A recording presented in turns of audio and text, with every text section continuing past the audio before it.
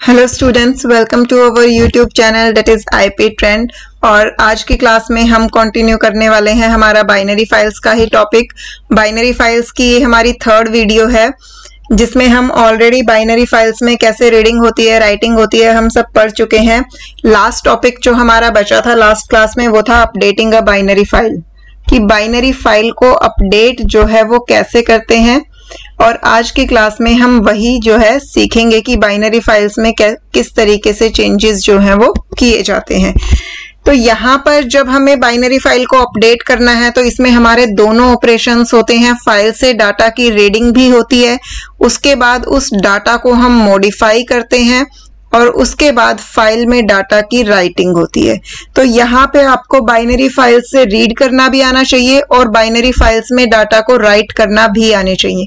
तो अगर आपने प्रीवियस वीडियोस नहीं देखी हैं और आपको पहले से भी बाइनरी फाइल्स में रीडिंग राइटिंग नहीं आती है, पिकल मॉड्यूल क्या होता है, उसमें लोड और डंप फंक्शंस को कैसे यूज किया जाता है, तो उसके लिए आप इसकी प्रीवियस वीडियोस जो है वो देख सकते हैं। लिंक आपको डिस्क्रिप्शन बॉक्स में दिया हुआ है। अगर आपको प्रीवियस कॉन्सेप्ट नहीं आता है, चाहे वो आपने अपने स्कूल में पढ़ा हो, ट्यूशन पे पढ़ा हो, खुद से बुक से स्टडी किया हो या कहीं से किसी वीडियो से स्टडी किया हो, बट वो टॉपिक आपको आना जरूरी है, क्योंकि जब आपको प्रीवियस पार्ट आता होगा तभी आपको आगे का पार्ट जो है वो समझ आएगा। जब हम बाइनरी फाइल्स को अपडेट करते हैं तो बाइनरी फाइल्स को अपडेट करने के लिए हमें यहाँ पे एक कॉन्सेप्ट की जरूरत पड़ती है, वो होती है location of the file pointer.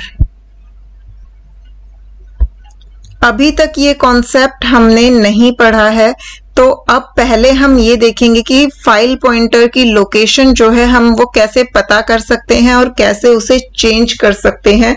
उसके बाद हम बाइनरी फाइल्स में डाटा को अपडेट करना सीखेंगे।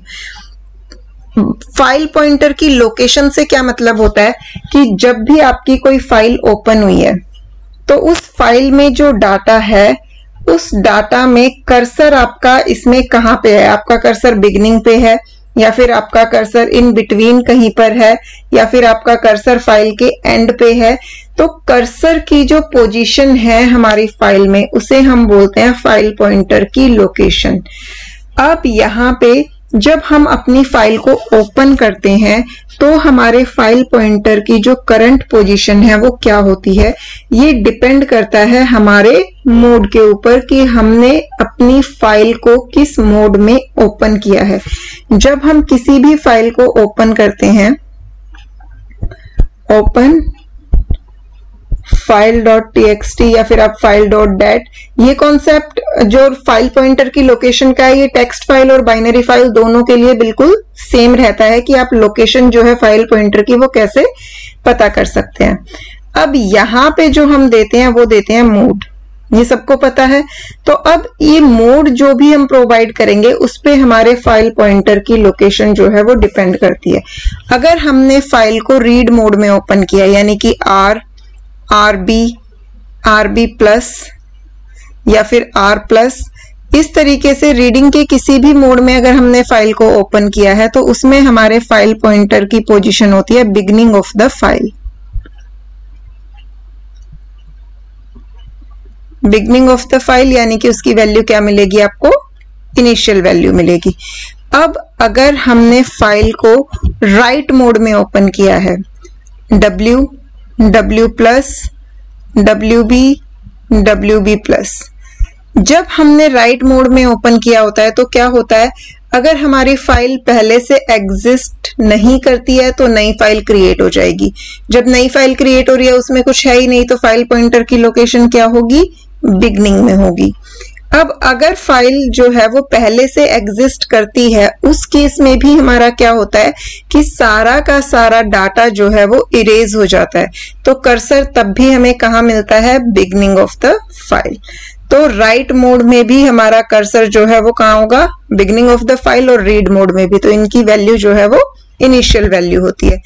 अब अगर हमने फाइल को अपेंड मोड में ओपन किया होता है, A प्लस, AB या फिर AB प्लस, अगर इनमें से हमने किसी भी मोड में फाइल को ओपन किया है तो उस केस में क्या होता है, यहाँ पे अब डिपेंड करता है कि अगर हमारी फाइल पहले से क्रिएटेड नहीं है तो नई फाइल क्रिएट होगी।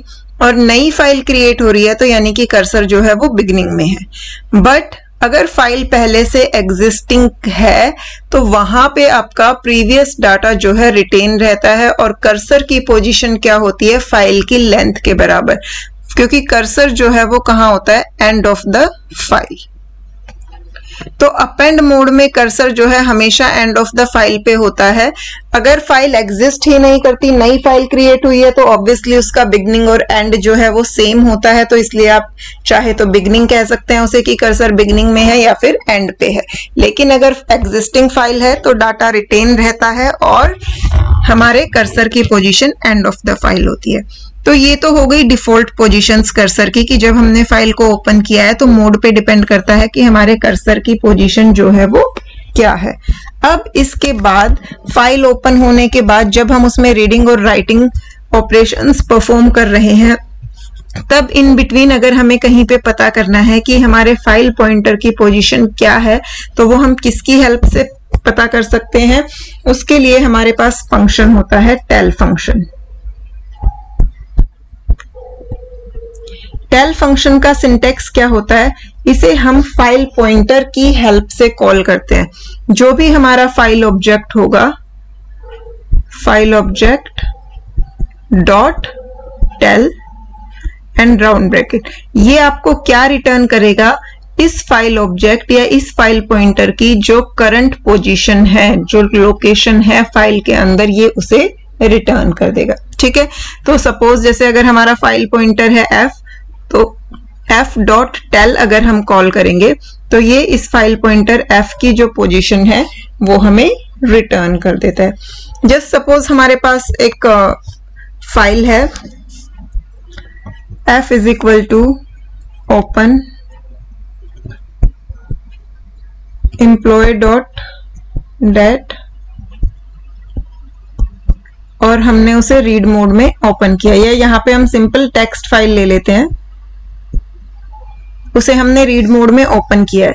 तो इनिशियली अगर आप उसकी पोजीशन चेक करोगे, अगर हम प्रिंट करवाते हैं, प्रिंट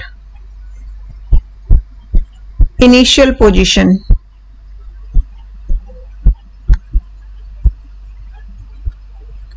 और इसके बाद हमने यहाँ पे टेल फंक्शन को कॉल कर दिया, तो यहां से इसकी करंट पोजीशन जो है वो डिस्प्ले हो जाएगी और इनिशियल पोजीशन जो है वो क्या होगी, 0 होगी। सपोज उसके बाद आपने रीड फंक्शन को कॉल किया, प्रिंट f डॉट रीड। अब रीड फंक्शन में सपोज हमने यहाँ पे 5 मेंशन कर दिया कि एट अ टाइम 5 बाइट्स जो है वो रीड हो जाए। उसके बाद अगर आप दोबारा से प्रिंट फंक्शन में ftel को कॉल करते हो, तो अब ये आपको क्या लोकेशन प्रोवाइड करेगा, अब ये आपको प्रिंट करवाएगा 5, क्योंकि आपने 5 बाइट्स जो हैं वो यहां से रीड कर लिए हैं। अब सपोज इसके बाद आपने दोबारा से रीड फंक्शन कॉल किया, s इज इक्वल टू, हमने प्रिंट नहीं करवाया, हमने सिंपली f डॉट रीड 10। अब मैंने फिर से 10 बाइट्स जो है और रीड कर ली। तो अब अगर मैं इसकी पोजीशन चेक करूंगी, प्रिंट ftel, तो अब मेरा कर्सर जो है वो कौन सी पोजीशन पे मिलेगा, पहले कहां पे था, 5 पे। 5 में अब हमने 10 और बाइट्स रीड कर लिए, तो पोजीशन क्या बन जाएगी, 15। तो यहाँ पे हमारे कर्सर की लोकेशन हमें क्या मिलेगी, 15 मिलेगी। तो इस तरीके से ftel जो है वो हमें हमारे फाइल पॉइंटर की करंट लोकेशन जो है वो प्रोवाइड करता है। जितनी बाइट्स हम रीड करते जाते हैं उतनी बाइट्स वो फर्दर मूव करता जाता है। अब ये तो हो गया कि अगर हमें करंट पोजीशन पता करनी है तो हम किस फंक्शन का यूज कर रहे हैं।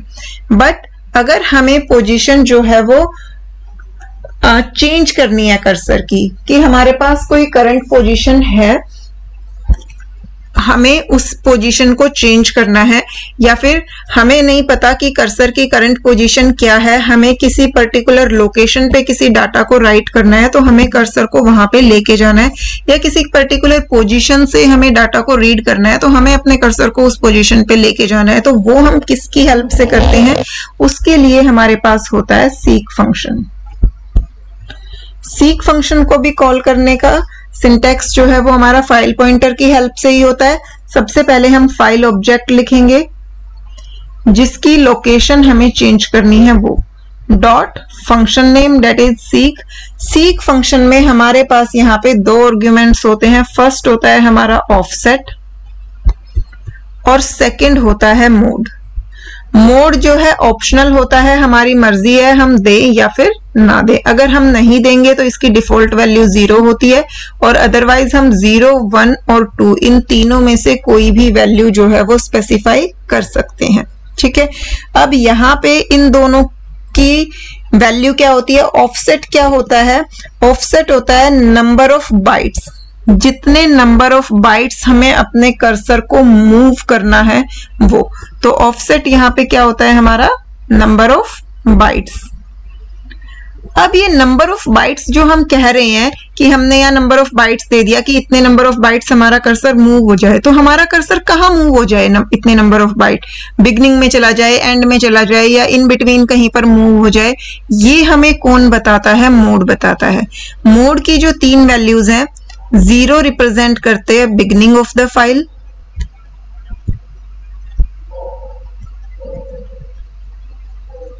और आप कह सकते हैं default position of the cursor. 1 होता है करंट पोजीशन,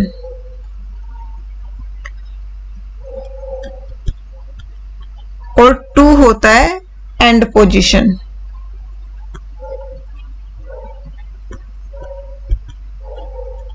ठीक है, अब अगर हमने मोड 0 दिया है, सपोज हमने यहाँ पे f.seek 0,5 दिया, तो इसका क्या मतलब होगा? सॉरी, ये हमने ऑपोजिट लिख दिया, 5,0 f.seek 5,0। इसका क्या मतलब है कि हमारा कर्सर जो है वो 5 बाइट्स से मूव कर जाए। कहां से? बिगनिंग ऑफ द फाइल से, यानी कि फाइल की शुरुआत से आपको 5 बाइट्स मूव करना है। अब यही अगर हमने दिया होता f.seek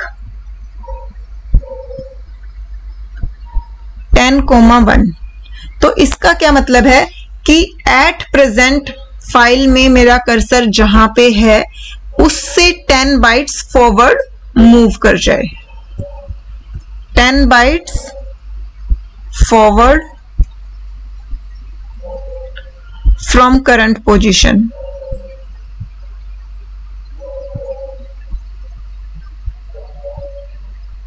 ठीक है, अब यहीं पर अगर मैंने ये दिया होता f.seek -10,1, तो -10 का क्या मतलब हो जाता? 10 bytes backward from current position.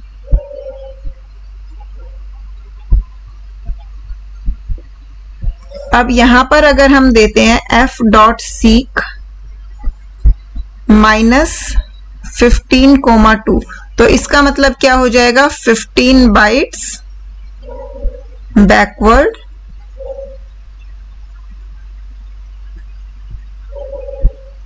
From end of the file.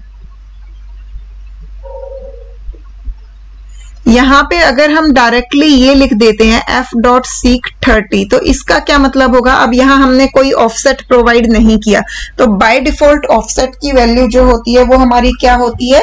0 होती है। तो f.seek अगर 30 हमने लिखा है तो इसका भी मतलब क्या होगा? 30 bytes forward from the beginning.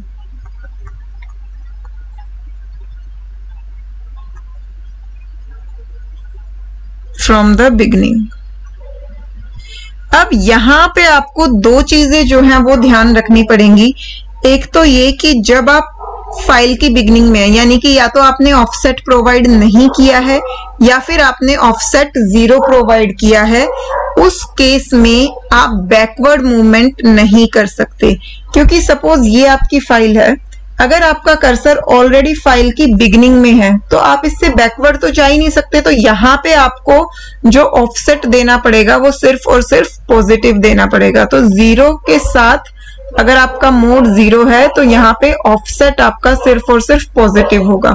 Similarly अगर आपका कर्सर फाइल के एंड पे है, यानी कि जो मोड है आपका वो 2 है, उस केस में आप यहाँ पे जो है ऑफसेट की वैल्यू सिर्फ और सिर्फ नेगेटिव ही दे सकते हैं, क्योंकि जब फाइल का कर्सर ऑलरेडी लास्ट में है तो यहाँ से आप सिर्फ बैकवर्ड ही मूव कर सकते हो, यहाँ से आगे आप नहीं जा सकते।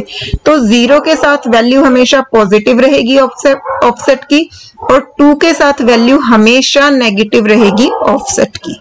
ठीक है, 1 के साथ आप पॉजिटिव वैल्यू भी दे सकते हैं और नेगेटिव वैल्यू भी दे सकते हैं, क्योंकि इन बिटवीन अगर कहीं पर है मेरा कर्सर तो हम बैकवर्ड और फॉरवर्ड दोनों डायरेक्शंस में मूव कर सकते हैं। लेकिन 0 के साथ हमेशा सिर्फ फॉरवर्ड मूवमेंट होगी और 2 के साथ हमेशा सिर्फ और सिर्फ बैकवर्ड मूवमेंट होगी। ये चीज आपको हमेशा ध्यान रखनी है। तो इसके बाद हम अब अपना स्टार्ट करते हैं कि हमें फाइल में जो रिकॉर्ड्स हैं अगर वो अपडेट करने हैं तो वो हम कैसे करेंगे। फाइल में जब हम रिकॉर्ड्स अपडेट करते हैं तो वहां पे हमारे पास स्टेप बाय स्टेप जो है वो प्रोसीजर क्या होता है। सबसे पहली चीज हमें क्या करनी है, फाइल को ओपन करना है reading as well as writing mode में। अब तक हमने जितने भी प्रोग्राम्स किए हैं या तो हमने फाइल को राइट मोड में ओपन किया है या फिर रीड मोड में ओपन किया है, बट जब हमें डाटा को अपडेट करना है तो हमें रीडिंग भी करनी है और राइटिंग भी करनी है। तो यहाँ पे हमें फाइल को दोनों मोड्स में ओपन करना पड़ेगा। तो फर्स्ट स्टेप क्या हो जाएगा, open file in read as well as write mode. तो इसके लिए आप या तो RB प्लस में ओपन कर सकते हैं या फिर WB प्लस में ओपन कर सकते हैं। दोनों में ही हमारी रीडिंग राइटिंग दोनों जो है परफॉर्म हो जाती है। इसके बाद हमें अपने रिकॉर्ड को लोकेट करना है। कौन से रिकॉर्ड को, जिसमें हमें अपडेशन करनी है। Find the record to be updated.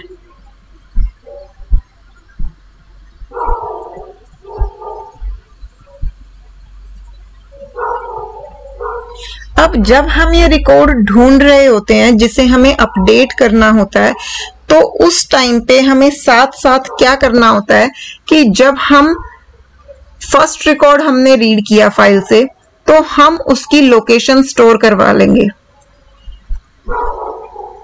Location store of the record.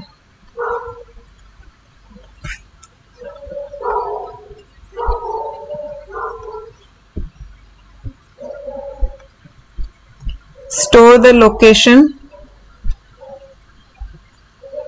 of the record।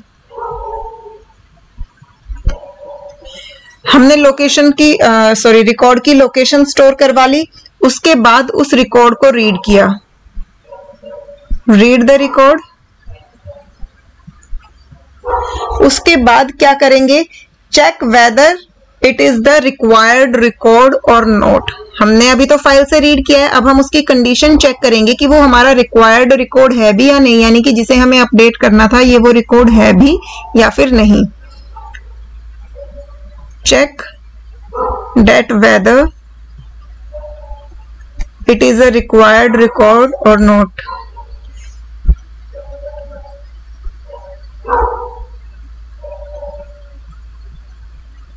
जब हमने ये चेक कर लिया कि ये जो है रिक्वायर्ड रिकॉर्ड है या फिर नहीं है, उसके बाद अगर वो रिक्वायर्ड रिकॉर्ड है तो हमें हमारी उस रिकॉर्ड की लोकेशन जो है वो फर्स्ट स्टेप में ऑलरेडी मिल चुकी है, तो हम उसे अपडेट करके वहां पे राइट करवा लेंगे। तो यानी कि जब हम उस रिकॉर्ड को ढूंढ रहे हैं तो हमें ये तीनों काम करने हैं।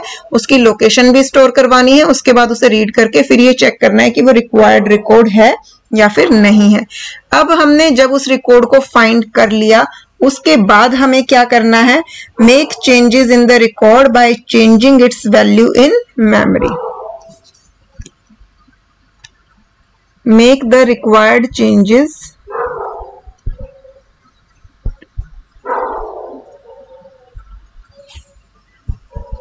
In the record in memory.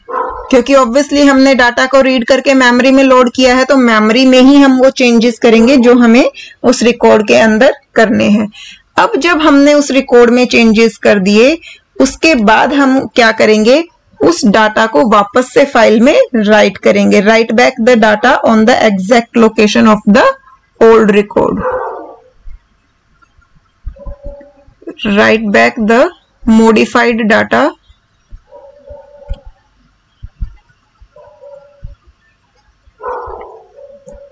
at the exact location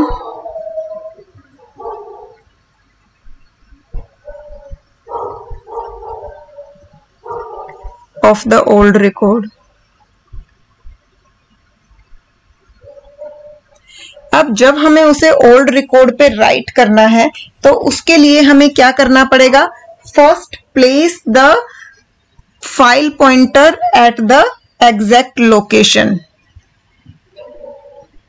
अब वो लोकेशन हमें कैसे मिलेगी? जो हमने यहां पे ये लोकेशन स्टोर करवाई थी, ये थी हमारे रिकॉर्ड की लोकेशन। तो हम fseek की हेल्प से फाइल पॉइंटर को वापस से इस पोजीशन पे ले जाएंगे, क्योंकि इनिशियली हमने ये पोजीशन स्टोर करवा ली थी। जब रिकॉर्ड रीड हुआ तो जितने भी साइज का वो रिकॉर्ड था, कर्सर तो उतने बाइट्स आगे पहुंच चुका है। तो इसलिए हम क्या करेंगे? fseek की हेल्प से कर्सर को वापस से इस पोजीशन पे लेकर आएंगे। Place the file pointer at the location of the old record which is already saved earlier। जो हमने पहले सेव की थी लोकेशन, वो हमारे ओल्ड रिकॉर्ड की लोकेशन है, तो हम उसे कर्सर को उस पोजीशन पे लेके आएंगे। Now we will write the modify record there. Write the modified record. जो हमारा मॉडिफाइड रिकॉर्ड है उसे हम उस पोजीशन पे राइट कर देंगे। तो ये वो स्टेप्स हैं जो हमें फाइल को अपडेट करते हुए फॉलो करने होते हैं। तो ये तो हो गया थ्योरेटिकल पार्ट। अब हम इसे प्रोग्राम की हेल्प से समझेंगे कि प्रोग्राम जब हमारे पास है तो हम उसे कैसे कर सकते हैं। Now suppose we have a question that, हमने लास्ट क्लास में भी जो बाइनरी फाइल का प्रोग्राम किया था वहां पे हमने student.dat फाइल के साथ डील किया था कि स्टूडेंट के रिकॉर्ड थे हमारे पास, उसका रोल नंबर, नेम और उसके मार्क्स थे हमारे पास student.dat फाइल में। तो इसी फाइल में हमें क्या करना है कि जिन भी स्टूडेंट्स के मार्क्स 80 से ज्यादा है उन्हें 2 बोनस मार्क्स जो है आपको देने हैं। यानी कि जिन भी स्टूडेंट्स के मार्क्स 80 से ज्यादा हैं उनके मार्क्स में आपको 2 ऐड कर देना है। ठीक है, तो यहां पे आपको सबसे पहले क्वेश्चन क्लियर होना चाहिए कि student.dat जो फाइल है इसमें स्टूडेंट्स के रिकॉर्ड है। स्टूडेंट्स के रिकॉर्ड में हमारे पास उनके रोल नंबर, उनके नेम और उनके मार्क्स हैं। ठीक है, अब जनरली जब पेपर में क्वेश्चन आता है तो आपको यहाँ पे ज्यादा डिटेल दी नहीं गई होती है। तो क्वेश्चन जनरली या तो स्टूडेंट से रिलेटेड आता है या एम्प्लॉय से। तो अगर एम्प्लॉय है तो एम्प्लॉय नंबर, नेम और उसकी सैलरी हम कंसीडर करते हैं। स्टूडेंट से रिलेटेड है तो उनके रोल नंबर, नेम और जो मार्क्स होते हैं हम उन पे बेस करके एग्जाम क्वेश्चन को करते हैं एग्जाम में। अब यहाँ पे क्योंकि स्टूडेंट है तो हमने रोल नंबर, नेम और मार्क्स कंसीडर कर लिए। यहाँ पे हमें गिवन है कि स्टूडेंट के मार्क्स अगर 80 से ज्यादा हैं तो उसके मार्क्स क्या हो जाएं? Marks is equal two marks plus 2, यानी कि उसके मार्क्स में 2 मार्क्स और ऐड हो जाएं एज अ बोनस मार्क्स। तो चलिए स्टार्ट करते हैं प्रोग्राम को। .dat है, बाइनरी फाइल का प्रोग्राम है। तो सबसे पहला स्टेप जो हमारा होगा वो क्या होगा? Import pickle.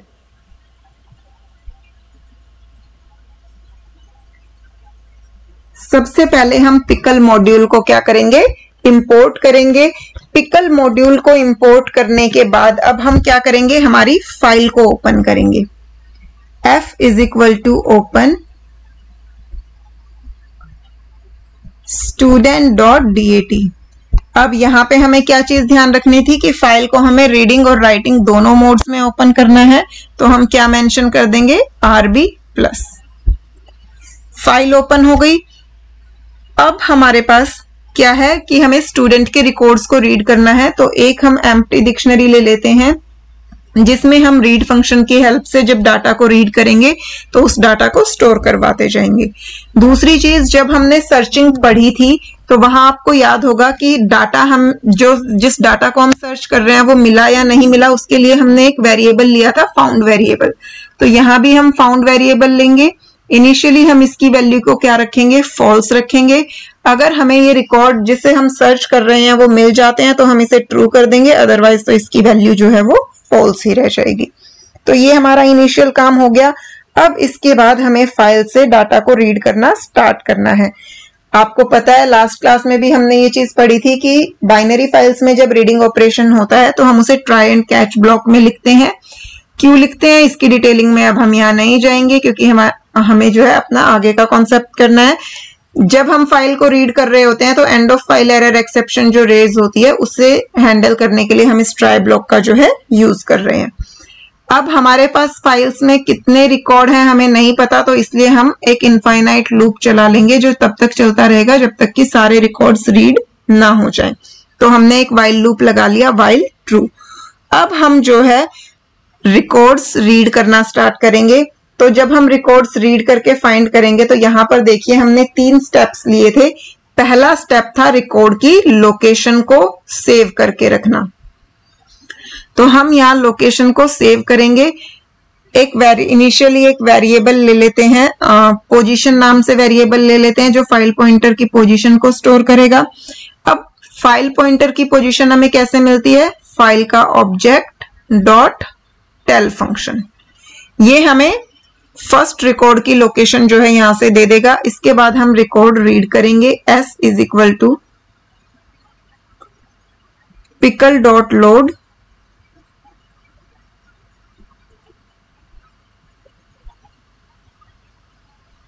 और राउंड ब्रैकेट में हम क्या देंगे, वो फाइल का ऑब्जेक्ट जहां से हमें डाटा को लोड करना है, रीड करना है।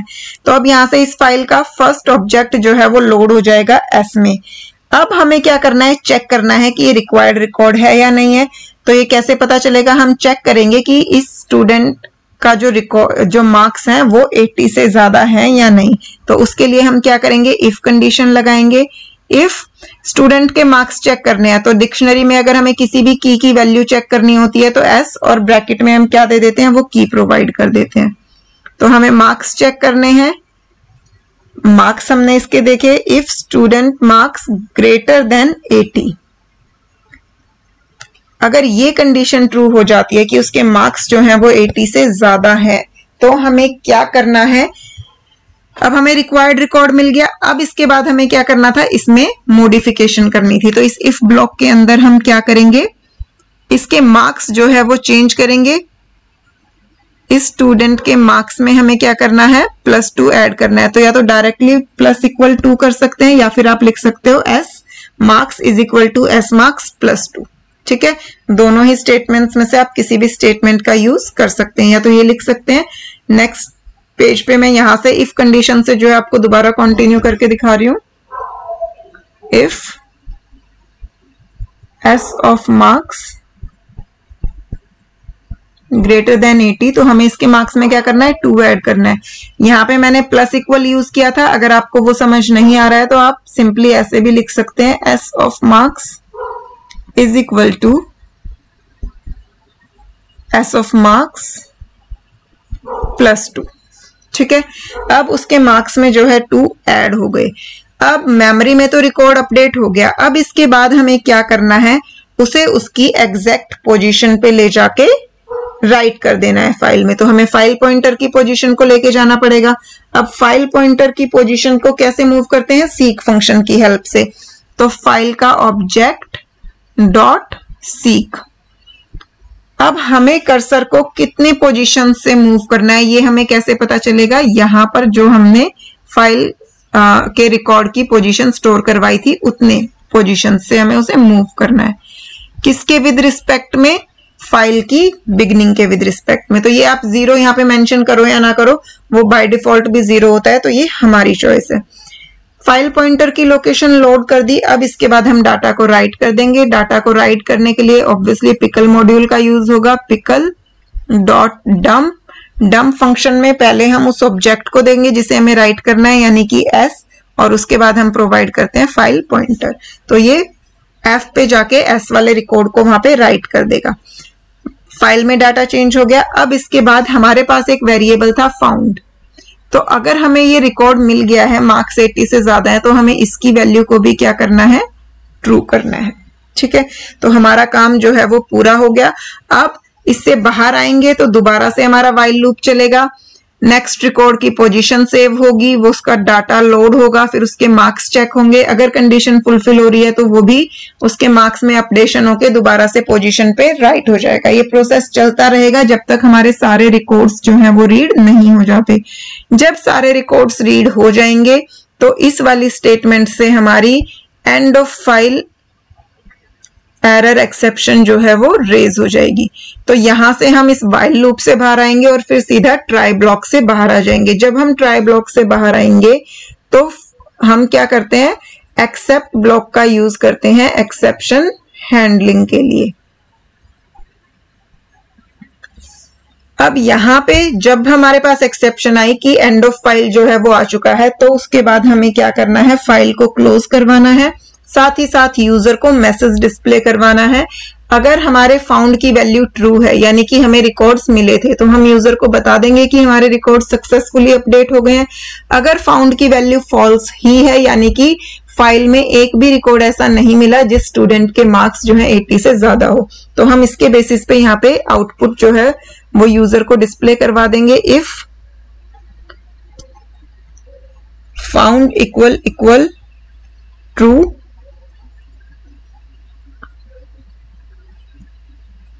तो हम प्रिंट क्या करवा देंगे, रिकॉर्ड्स अपडेटेड सक्सेसफुली।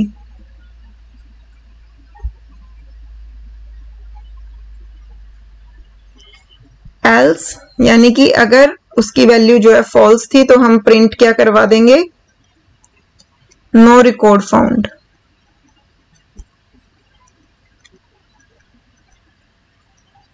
और इसके बाद लास्ट में जो है हम क्या कर देंगे, फाइल को क्लोज कर देंगे, f.close।